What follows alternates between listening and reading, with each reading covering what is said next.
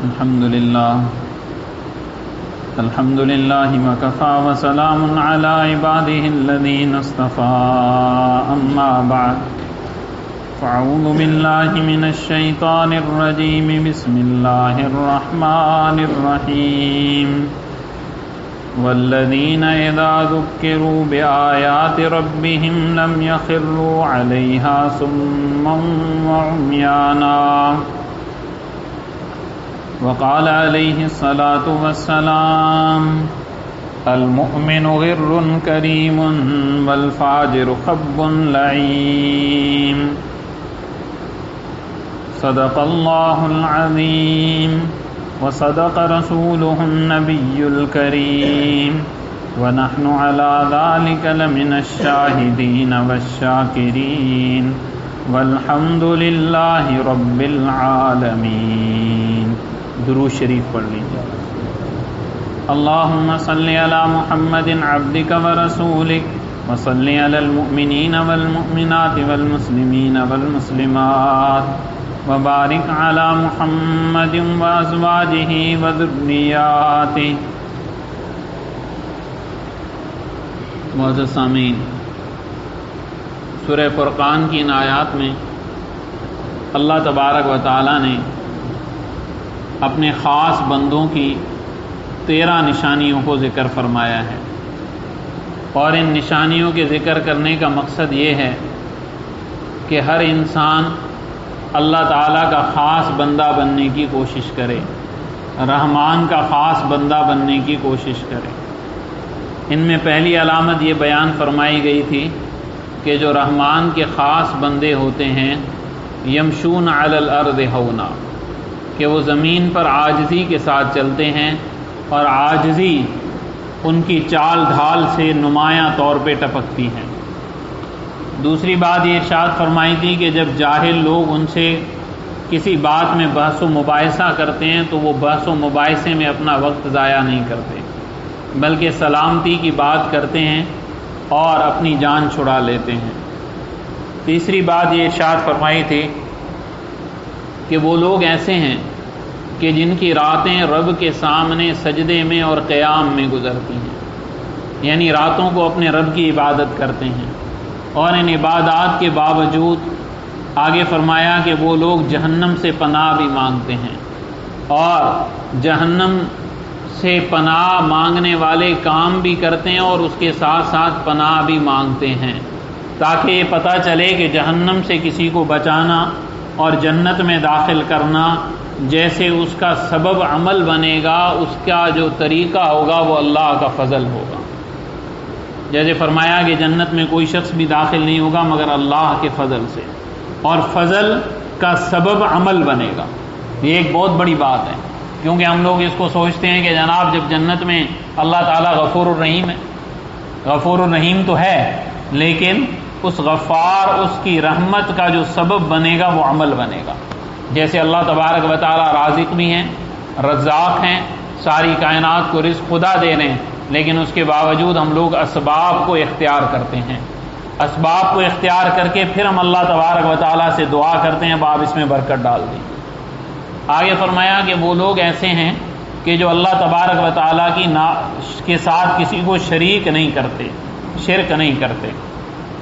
پھر اگلی صفت بیان فرمائی کہ وہ لوگ کسی بھی انسان کو ناحق قتل نہیں کرتے، اور آگے فرمایا کہ وہ لوگ زنا نہیں کرتے. پھر آگے فرمایا کہ اگر ان میں سے کوئی گناہ ہو جاتا ہے تو جو لوگ شرک کرتے ہیں وہ پھر فوراً ایمان لا کر اللہ سے توبہ کر کے نیک اعمال کرتے ہیں، اور جو لوگ شرک میں مبتلا نہیں ہوتے اور قسم کے گناہ ان سے ہو جاتے ہیں وہ بھی اللہ تبارک و تعالیٰ سے توبہ کر کے رجوع کر کے اپنے سیدھے راستے پر چلتے ہیں. پھر آگے فرمایا والذین لا یشہدون الزور، کہ وہ لوگ ایسے ہیں کہ جو غلط مجلسوں میں، بیہودہ مجلسوں میں شامل نہیں ہوتے، نہیں جاتے، اور بیدا مرو باللغو مرو کراما، کہ اگر ارادے کے ساتھ نہیں، کبھی بغیر ارادے کے وہاں سے گزرنا پڑے ایسی کسی مجلس سے تو یہ شرافت کے ساتھ گزر جاتے ہیں، اس میں شامل نہیں ہوتے. یہ اللہ تعالیٰ نے صفات بیان فرمائی جن کا مختلف جمعوں میں جن پر بات ہو چکی ہے. اب آج میں نے آیت پڑھی والذین اذا ذکروا بآیات ربہم، وہ لوگ ایسے ہیں کہ جب ان کو نصیحت کی جاتی ہے ان کی رب کی آیتوں سے، لم یخروا علیہا صما وعمیانا، تو وہ بہرے اور اندھے ہو کر ان کے اوپر نہیں گرتے۔ جب ان کو نصیحت کی جاتی ہے اللہ کی آیات سے تو وہ ان کے اوپر بہرے اور اندھے ہو کر نہیں گرتے۔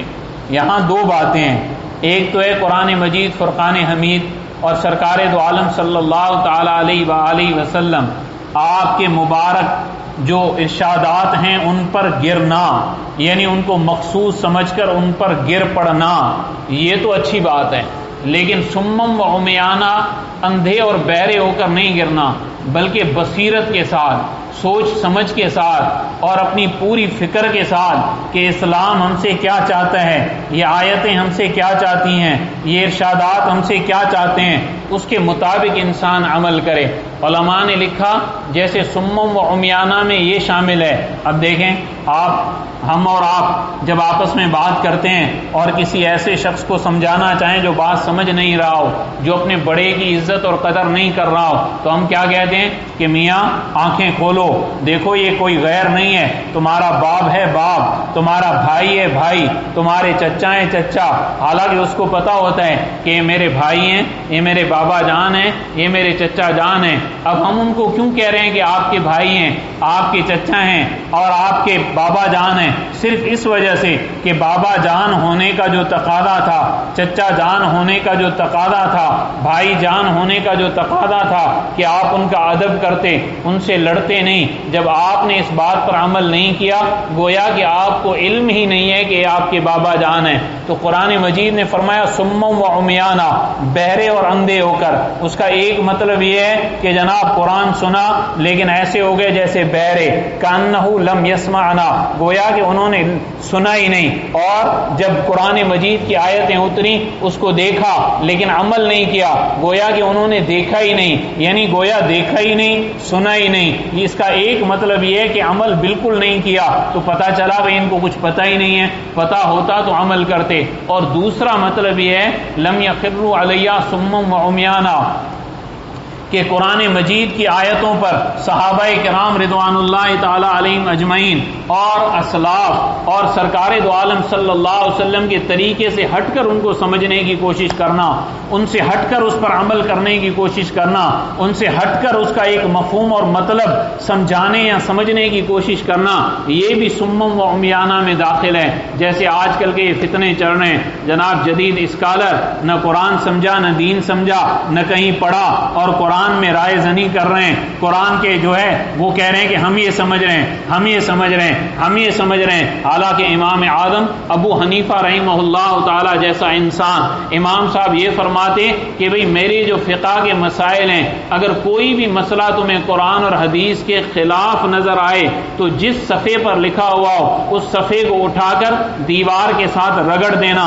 اس کو پھینک دینا، اس پر عمل نہیں کرنا۔ یہ امام ابو حنیفہ فرما رہے ہیں، امام اعظم فرما رہے ہیں۔ اور میں نے اپنے اساتذہ کرام سے سنا، حضرت مولانا سرفراز خان صفدر صاحب رحمۃ اللہ علیہ اتنے بڑے محقق عالم تھے، فرمایا کرتے تھے اللہ کی قسم اگر ہم ساری زندگیاں لگا لیں تحقیق میں، ساری زندگی تحقیق کریں، لیکن پھر بھی ہم جو اپنے اکابر ہیں، جو علماء دیوبند ہیں، فرمایا ان کے پاؤں کی خاک تک بھی نہیں پہنچ سکتے۔ حضرت علامہ انور شاہ صاحب کشمیری رحمۃ اللہ علیہ، علامہ بہت بڑے آدمی تھے، اتنے بڑے آدمی تھے، اتنا ان کا حافظہ تھا، حافظے کا غضب کا عالم یہ تھا کہ دارالعلوم دیوبند میں جو کتابیں موجود تھیں وہ ساری یاد تھیں، اور یہ ایسے بات نہیں تھی کہ ایسے ہی بات، بلکہ بھاولپور کی عدالت میں جب یہ مقدمہ ہوا قادیانیت کا، ایک عورت قادیانی شوہر کے پاس آ گئی اور انہوں نے دھوکے سے نکاح کر لیا، اس عورت نے وہاں عدالت میں یہ رٹ دائر کر دی کہ یہ غیر مسلم ہے،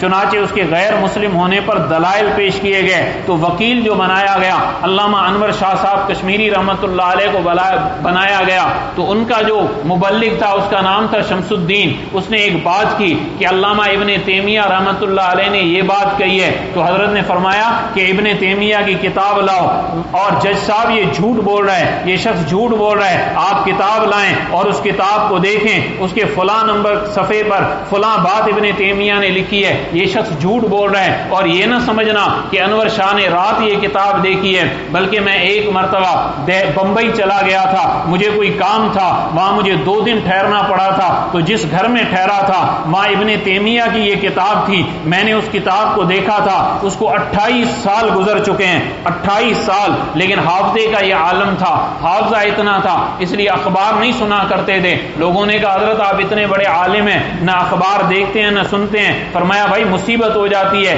جو خبر اخبار میں لگی ہوتی ہے میرے دل دماغ میں ایسی بیٹھ جاتی ہے، پھر لاکھ کوشش کرتا ہوں نکلتی نہیں ہے، وہ محفوظ ہو جاتی ہے۔ حضرت مولانا عطا اللہ شاہ بخاری صاحب رحمۃ اللہ علیہ سے پوچھا شاہ صاحب کو آپ نے کیسے پایا؟ فرمایا یہ اکابر کے قافلے کا آدمی تھا، تابعین کے قافلے کا آدمی تھا، بس پیچھے رہ گیا، یعنی اتنا غضب کا ذہن تھا اور اتنا عالم تھا۔ اور علامہ اقبال مرحوم یہ کہا کرتے تھے کہ میں کسی عالم مولوی کو نہیں مانتا تھا، اگر میں علامہ انور شاہ کشمیری رحمۃ اللہ علیہ کے قدموں میں نہ پہنچتا میں علماء کو کچھ نہ سمجھتا۔ تو شاہ صاحب اتنے بڑے عالم تھے، ایک آدمی آ گیا، اس نے کہا شاہ صاحب مجھے حیرت ہوتی ہے کہ آپ جیسا آدمی ابو حنیفہ رحمۃ اللہ علیہ کی تقلید کریں۔ تو حضرت نے فرمایا بھائی اس میں حیرت کی کیا بات ہے، اب تو تم تقلید کرنا شروع کر دو، کیونکہ جب میرے جیسا آدمی بھی ابو حنیفہ کے پیچھے چلتا ہے تو تیرے جیسے آدمی کو تو بطریق اولا چلنا چاہیے۔ جب میرے جیسا عالم چلتا ہے تو میں عرض کر رہا تھا قرآن مجید کی تشریح وہ ہوگی، تفسیر وہ ہوگی جو سرکار دو عالم صلی اللہ علیہ وسلم نے ارشاد فرمائی ہوگی، حضرات خلفائے راشدین رضوان اللہ تعالی علیہم اجمعین نے ارشاد فرمائی ہوگی۔ اس لیے حضور اقدس صلی اللہ علیہ وسلم نے کیا فرمایا، علیکم بسنتی و سنت الخلفاء الراشدین المہدیین، ہدایت یافتہ جو میرے خلفاء ہیں ان کی سنت پر تم عمل کرو، بلکہ فرمایا عزو علیہا بالنواجذ، اپنی ڈاڑوں کے ساتھ ان کو مضبوط تھامو۔ تو دین وہ ہے جو سرکار دو عالم صلی اللہ علیہ وسلم سے ثابت ہو، اور دین وہ ہے جو براہ راست حضور کے شاگردوں نے حضور اقدس صلی اللہ تعالی علیہ وآلہ وسلم سے سمجھا ہو۔ اس لیے یہ شریعت کا ایک مسئلہ ہے، شریعت کا اصول ہے کہ ہر وہ بات جو خلاف عقل ہو، میری بات سمجھنا، جو خلاف عقل ہو، یعنی عقل اس بات کو کوئی فیصلہ اس میں کرنے کے لیے تیار نہ ہو، مثلا جیسے مغرب کی 3 رکعتیں، اب بھائی کیوں 3 رکعتیں، باقی 4 ہیں، 2 ہیں، یہ 3 کیوں ہیں؟ 3 کا کوئی نفل بھی نہیں ہے، یہ 3 کیوں کر دی؟ اب دیکھیں یہ بات عقل اس کو نہیں سمجھ سکتا، بالکل نہیں سمجھ سکتا کہ بھئی 3 کیوں ہیں، 4 کیوں نہیں ہیں، 2 کیوں نہیں ہے، 3 کیوں رکھی گئی، عقل نہیں سمجھ سکتا۔ تو ہر ایسی بات جو صحابی کرے اور عقل اس کے بارے میں کوئی فیصلہ نہ کر سکے، تو یہ اصول ہے شریعت کا کہ وہ سمجھا جائے گا کہ وہ بات انہوں نے سرکار دو عالم صلی اللہ علیہ وسلم سے سنی ہے، اگرچہ وہ نہ کہیں یہ کہ سمعت رسول اللہ صلی اللہ علیہ وسلم، میں نے حضور سے یہ بات سنی ہے، کیونکہ ظاہری بات ہے جب عقل فیصلہ نہیں کر سکتی، وہ فرما رہے ہیں تو انہوں نے وہ بات امام الانبیاء حضرت محمد صلی اللہ تعالی علیہ وآلہ وسلم آپ سے سن کر ہی وہ بات کی ہوگی۔ اس لیے اس کا خیال رکھا جائے کہ شریعت کی جو بات وہی معتبر ہوگی، وہی اتھینٹک ہوگی جو حضور اقدس صلی اللہ علیہ وسلم کے صحابہ سے ثابت ہوگی، جو آپ کے قریب رہنے والے، آپ سے دین کو سمجھنے والے ہیں ان سے ثابت ہوگی۔ تو قرآن مجید نے فرمایا والذین اذا ذکروا بآیات ربہم لم یخروا علیہا صما وعمیانا، تو وہ اس پر اندھے ہو کر بہرے ہو کر نہیں گرتے، بلکہ تدبر کرتے ہیں کہ قرآن ہمیں کیا کہہ رہا ہے، قرآن ہمیں کیا کہہ رہا ہے، اس قرآن کو سمجھتے ہیں۔ حضرت فضیل ابن عیاض رحمہ اللہ تعالی، یہ بہت بڑے ڈاکو تھے، فضیل بڑے ڈاکو تھے، ڈاکہ مارا کرتے تھے، لوگوں کو لوٹا کرتے تھے۔ ایک دن فضیل ایک حویلی کے اندر چڑھا اور اس میں اندر جانے لگا ڈاکہ مارنے کے لیے، اس کا پورا گینگ اس کے ساتھ تھا، چور بھی تھا، ڈاکو بھی تھا۔ یہ رات کو چڑھا کہ اس حویلی سے میں نے چوری کرنی ہے، تو دیکھا کہ قرآن پڑھنے والا قرآن پڑھ رہا ہے، الم یان للذین آمنوا ان تخشع قلوبہم لذکر اللہ، کیا وہ وقت نہیں آیا کہ ایمان والوں کے دل اللہ کی یاد سے ہل جائیں، اللہ کی یاد سے ڈر جائیں اور وہ سیدھے راستے پر آ جائیں۔ فضیل بن عیاض نے فوراً نیچے چھلانگ لگا دی اور کہا الآن یا ربنا، الآن یا ربنا، الآن یا ربنا، اے میرے رب وہ وقت آ چکا ہے، وہ وقت آ چکا ہے۔ فضیل نے توبہ کر لی اور پھر توبہ بھی ایسی کی اللہ نے ان کو نیک بنا دیا، ولی بنا دیا۔ تو یہ دیکھیں قرآن میں تدبر کیا جا رہا ہے، قرآن کو سمجھا جا رہا ہے، اور قرآن کو ہر ایک سمجھتا تھا۔ ہم تو مسلمان ہوئے ہیں، ہم تو پڑھے لکھے اپنے آپ کو کہلاتے ہیں، لیکن قرآن میں غور و فکر نہیں کرتے، تدبر نہیں کرتے، کسی استاد سے نہیں پڑھتے۔ کہا جاتا ہے جناب قرآن کو ہم خود کیوں نہیں سمجھ سکتے؟ میں ایک مثال دیا کرتا ہوں کہ جناب کھانا ہم روز کھاتے ہیں، دن میں 3 مرتبہ کھاتے ہیں، کھانا ہم خود کیوں نہیں بنا سکتے؟ حالانکہ پکوان کی کتنی کتابیں ملتی ہیں، آپ نیٹ پہ بھی اٹھا کے دیکھ لیں، ویسے بھی خرید کے دیکھ لیں، میں اور آپ کھانا بنائیں، ہم سے کھانا نہیں بنے گا۔ حالانکہ دن میں 3 ٹائم ہم کھانا کھاتے ہیں اور ساری قسم کے کھانے تقریباً ہم کھا چکے ہیں۔ پھر آپ یہی کہیں گے کہ مولوی صاحب اس کھانے کو بنانے کے لیے ڈاکٹر صاحب آپ کو اپنی بیوی کی مدد لینی پڑے گی، آپ کو ان سے سیکھنا پڑے گا۔ جب تک آپ سیکھ نہیں سکتے آپ کھانا نہیں بنا سکتے۔ لیکن قرآن کے بارے میں ہم کہتے ہیں کہ جی ہم خود مطالعہ کریں گے، ہم خود جی اس کو سیکھ لیں گے۔ تو قرآن کا علم اتنا آسان ہے کہ ہم خود سیکھ لیں، اور جنہوں نے ساری زندگیاں کھپا دی ان سے ہم پوچھیں بھی نہیں۔ تو ایسے نہیں ہوگا، آپ کو کسی ماہر استاد کے سامنے بیٹھنا پڑے گا۔ یہ میں نہیں کہہ رہا، امام الانبیاء حضرت محمد صلی اللہ علیہ وسلم ہے، یہ عرب ہیں، عرب حضرات کہ جن کے سامنے قرآن اتر رہا ہے، ایک ایک لفظ کا ترجمہ آ رہا ہے، میننگ مطلب آ رہی ہے، لیکن حضور صلی اللہ علیہ وسلم بیٹھے ہوئے ہیں۔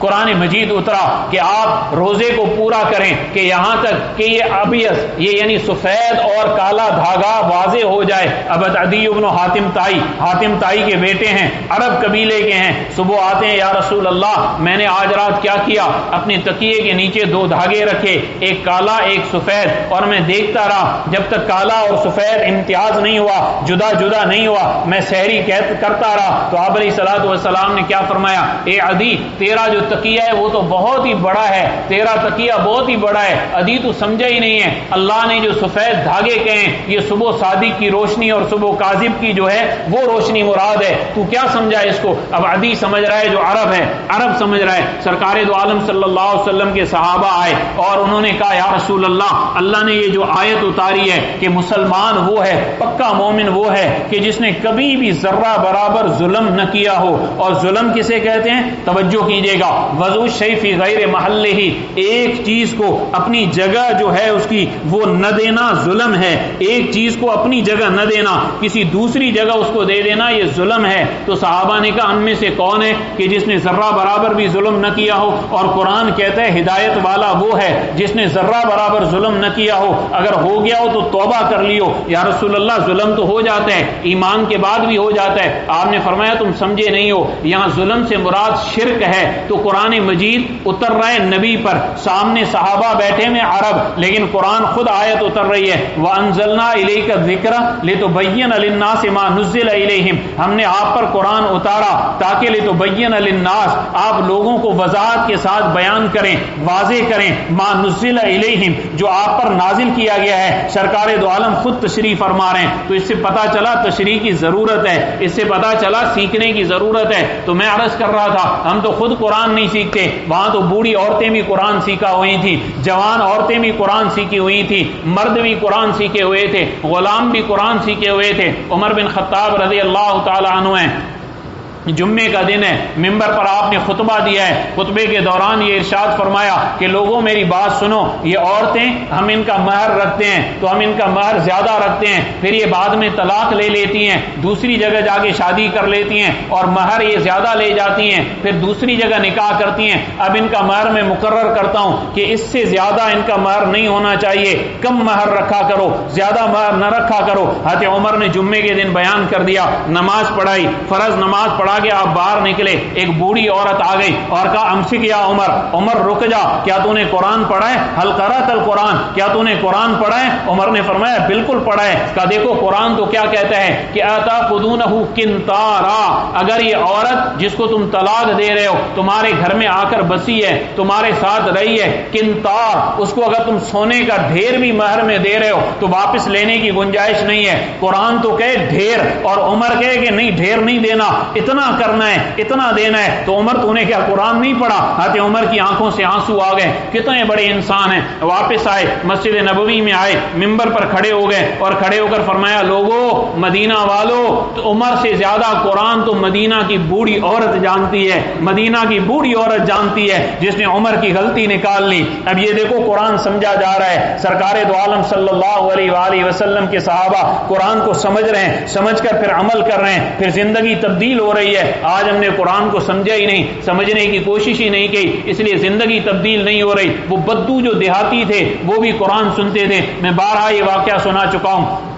مالک بن دینار ہیں رحمت اللہ علیہ، وہ سفر فرما رہے ہیں اور حج کے لیے جا رہے ہیں۔ حج کے سفر میں کہ سامنے ایک ڈاکو آ گیا، بدو ڈاکو، انہوں نے آپ کی سواری کو روکا، اس کی لگام پکڑی اور کہا کہ اے شخص تمہارے پاس جو مال ہے وہ مجھے دے۔ مالک بن دینار نے کہا بھائی کیوں دوں؟ کہا میرا رزق ہے تمہارے پاس موجود ہے۔ کہا جھوٹ بولتا ہے، تیرا رزق میرے پاس نہیں ہے، تیرا رزق تو آسمانوں میں ہے۔ وفی السماء رزقکم، تمہارا رزق آسمانوں میں ہے جس کا اللہ نے تم سے وعدہ کیا ہے، میرے پاس تیرا رزق نہیں ہے، آسمانوں میں ہے۔ اس شخص نے لگام چھوڑ دی قرآن سن کر کہ واقعی میرا رزق آسمانوں میں ہے، اللہ کہہ رہے ہیں، چنانچہ وہ چھوڑ کے چلا گیا۔ مالک بن دینار حج کو گئے، حج کر لیا، ایک دن بیت اللہ کا طواف کر رہے ہیں، ایک آدمی سامنے آ گیا اور کہنے لگا مالک تو نے، اور کہنے لگا اے بزرگ تو نے مجھے پہچانا؟ فرمایا ہاں پہچانا، تو وہی آدمی ہے جس نے میری سواری کو پکڑا تھا۔ کہا ہاں، اب اس سے آگے بھی کچھ بتا، اس سے آگے بھی کچھ ہے؟ تو کہا وفی السماء رزقکم وما توعدون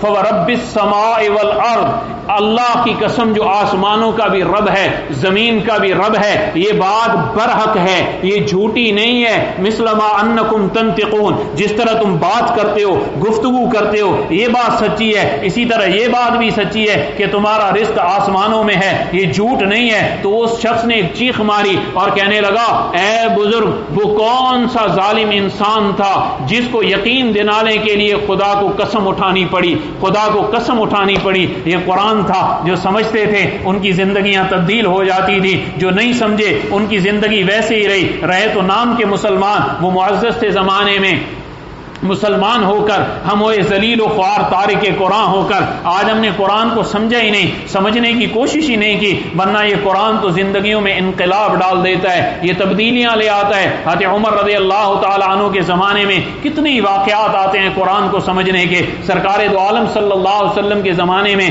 کتنے واقعات آتے ہیں قرآن کو سمجھنے کے۔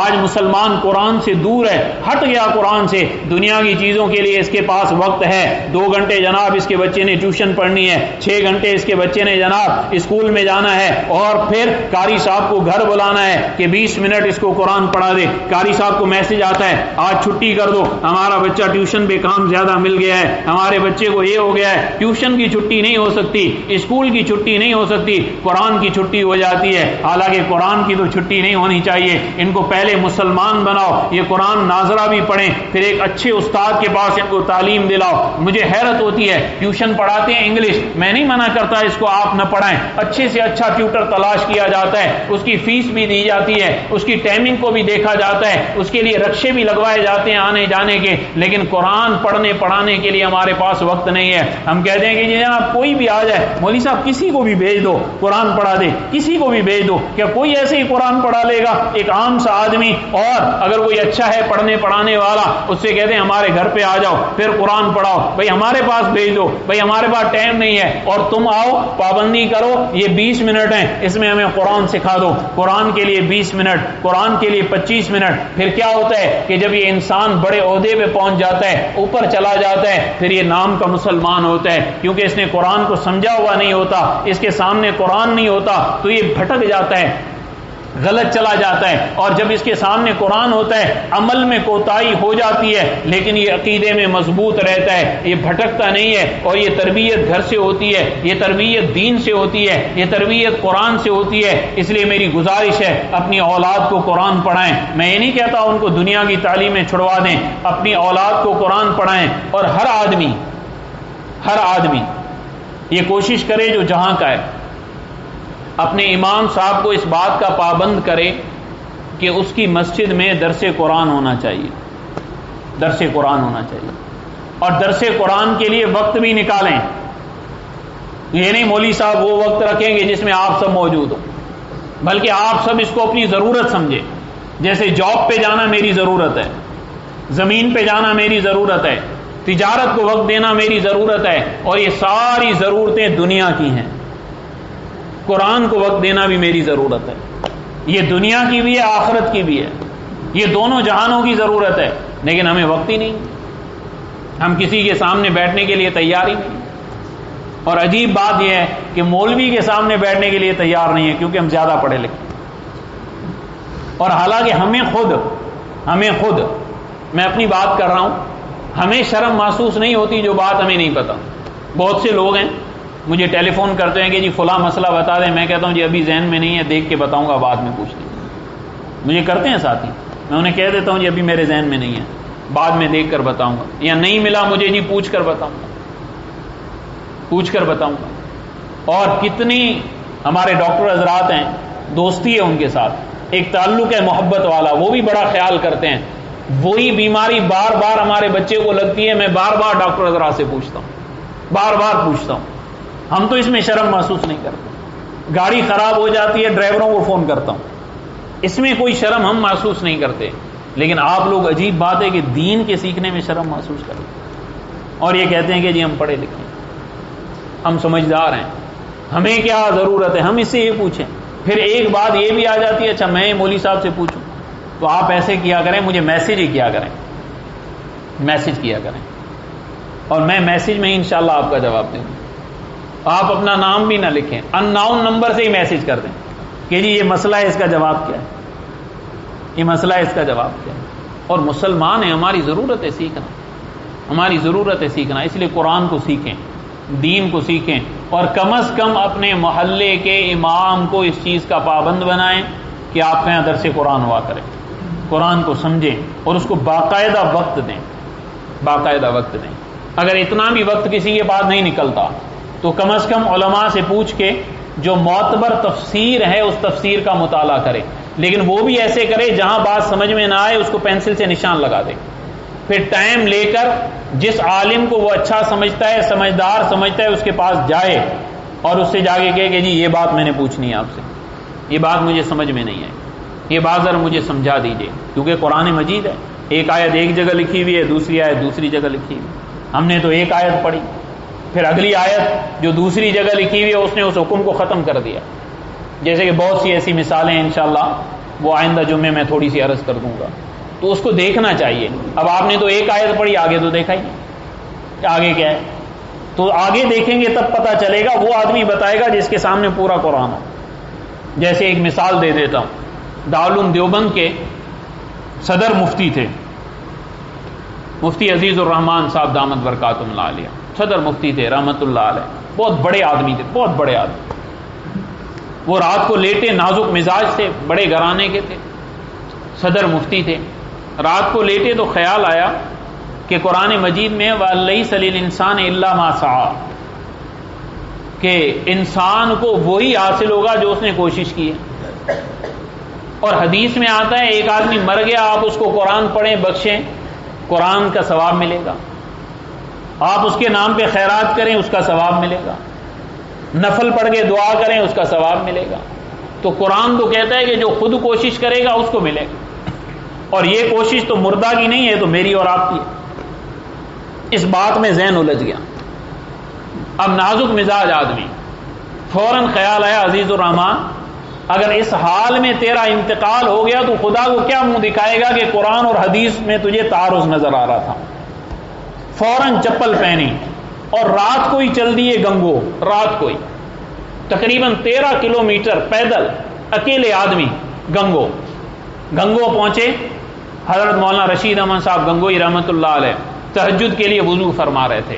حضرت کی اخیر عمر میں آنکھوں سے بینائی چلی گئی تھی. تو جیسے ہی آواز سنی فرمایا بھائی کون؟ کہا جی عزیز الرحمان دیوبند سے آیا. فرمایا بھائی خیر تو ہے؟ بغیر اطلاع کے آ گئے، اتنی رات میں آ گئے. کہا حضرت بس ایک بات تھی وہ ذہن میں آئی، اٹکی. میں نے کہا ایسے نہ ہو میں آج رات مر جاؤں، اللہ کو کیا منہ دکھاؤں گا کہ مجھے حدیث اور قرآن میں تعارض نظر آیا. فرمایا بھائی کیا بات ہے؟ کہا جی قرآن میں تو وَلَيْسَ لِلْإِنسَانِ إِلَّا مَا سَعَىٰ، اور حدیث میں ہے کہ اپنے مردوں کو بخشو، ان کو ثواب ملے گا. تو فرمایا بھائی اس میں کوئی اعتراض، کوئی اشکال ہے نہیں، کیونکہ قرآن جو کہہ رہا ہے اس سے مراد ایمان ہے. ایمان اپنا ہی معتبر ہے، دوسرے کا معتبر نہیں ہے. اور احادیث میں جو ہے وہ عمل کے بارے میں ہے کہ آپ عمل کر کے اپنا اس کا ثواب مردے کو پہنچائیں، پہنچ جائے گا. لیکن اگر مردہ بے ایمان مرا ہے، آپ اپنے ایمان سے اس کو کچھ دینا چاہیں پھر نہیں دے سکتے. قرآن میں ذکر ایمان کا ہے، احادیث میں ذکر عمل کا ہے. فرمایا حضرت جزاک اللہ، یہ کہہ کے واپس پلٹے. فرمایا بھائی کہاں جا رہے ہو؟ کہا جی واپس جا رہا ہوں صبح سبق میں حاضری دینی. ایک آیت اور ایک حدیث ہے کون؟ دارالعلوم دیوبند کا صدر مفتی. ان کو بھی اشکال پیش آ سکتا ہے. اور ہم اور آپ کہتے ہیں کہ جی میں تو پڑھا لکھا ہوں، مولوی صاحب نے کیسی بات کر دی، تفسیر میں سب لکھا ہوا ہے، میں تو پڑھ جاؤں گا. اب آپ تو پڑھ جائیں گے، بھائی ہمیں بھی اشکال پیش آ جاتا ہے، ہمیں بھی پوچھنا پڑتا ہے اپنے بڑوں سے. اللہ تبارک و تعالی مجھے اور آپ کو دین کی قدر کی توفیق عطا فرمائے اور اس کو سیکھنے کی بھی توفیق عطا فرمائے. یہ جو انا اور بڑائی ہمارے اندر ہے دین کے بارے میں، اللہ تعالیٰ اس کو نکال دیں تاکہ ہم دین کو سیکھ لیں. اللہ ہم سب کو عمل کی توفیق عطا فرمائے.